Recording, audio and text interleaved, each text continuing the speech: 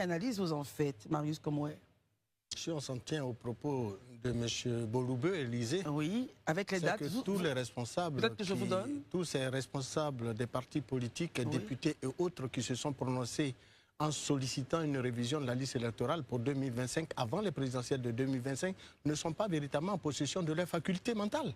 Pourquoi, Marius Komoué? Bien sûr, si on s'en tient à ces propos, que dit la loi en matière de révision de la liste électorale en Côte d'Ivoire? La loi est très claire. La loi dit chaque année, il faut réviser la liste électorale. On est des intellectuels. Mais même quand on n'a pas été à l'école loin, le minimum doit être quand même compris.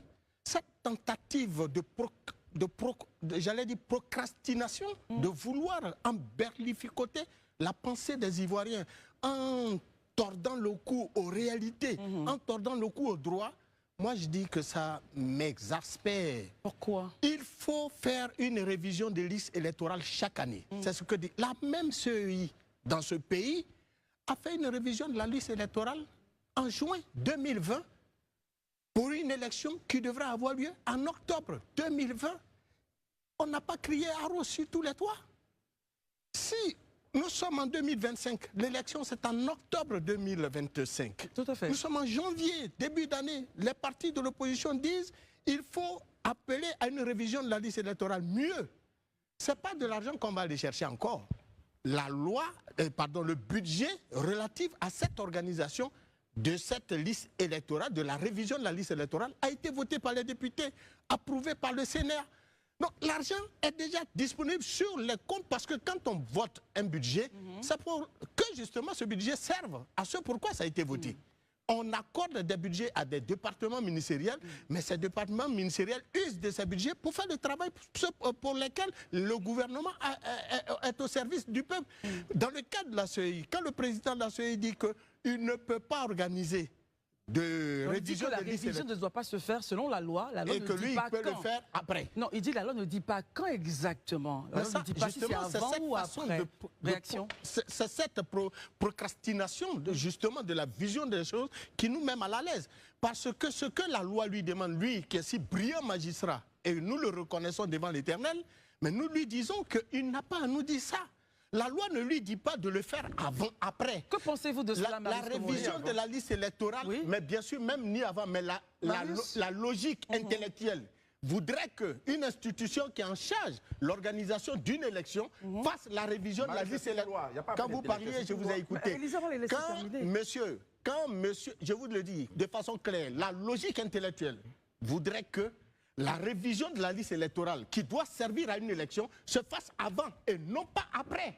Maintenant, quand vous organisez une révision de la liste électorale après, c'est à quelle fin?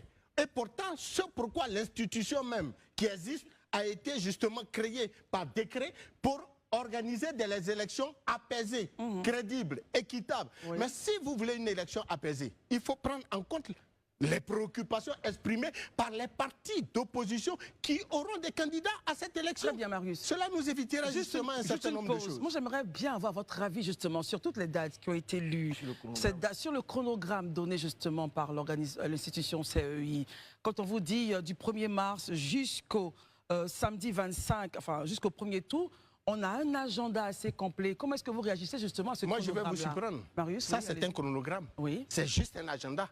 Mais l'agenda peut être actualisé en fonction justement des demandes et des besoins exprimés. Qui sont ceux qui sont les acteurs qui doivent aller à cette élection? C'est bien les partis politiques et leurs candidats. Mais s'ils disent qu'ils ont encore l'assurance qu'une multitude de leurs membres, Aïcha le disait tantôt, il n'y a aucune preuve qui atteste que des Ivoiriens sont dans l'attente d'être inscrits sur la liste électorale. Mais moi, je vais la surprendre. Parce que ce qu'elle ignore, c'est que de 2000 à 2024, oui, nous avons recensé plus d'1,6 million d'Ivoiriens nouvellement inscrits sur la liste électorale. De quoi, 2000? Non, je dis de 2000. En 2000, la liste électorale comptait 5 400 000 inscrits. Et ce chiffre est passé à 7 millions en 2023. Oui. Et en 2024, nous avons recensé 1,6 million de nouveaux électeurs qui ont été enregistrés. En 2024, tout dernièrement, la dernière révision de la liste électorale, on a recensé plus de 900 000 Ivoiriens. Qui est-ce qui vous dit qu'en 2025, on n'aura pas encore près de 500 000 Ivoiriens ou voire même 1 million d'Ivoiriens qui vont s'inscrire? Donc, si les gens disent, parce que nous savons que dans tous les partis politiques, beaucoup d'Ivoiriens qui avaient d'ailleurs sollicité des documents administratifs, extraits d'acte de naissance, certificat de nationalité, de tous les bords politiques, n'ont pas pu s'inscrire parce qu'ils n'ont pas eu les documents à temps. Donc si en révisant la liste électorale en 2025, ça peut nous permettre de recenser ne serait-ce que 200 ou 300 000 Ivoiriens nouvellement encore inscrits sur la liste électorale. En quoi ça constitue un problème pour le président de la CEI et son institution? Étant entendu que ce n'est pas eux qui payent, c'est nos taxes, nos impôts qui payent. Ça ne vient pas de leur poche. Lui, il a été nommé avec son institution, ses secrétaires et autres, et ainsi que ses commissaires, pour organiser des élections crédibles. Et l'élection crédible part par une liste électorale consensuelle acceptée de tous. Merci Marius.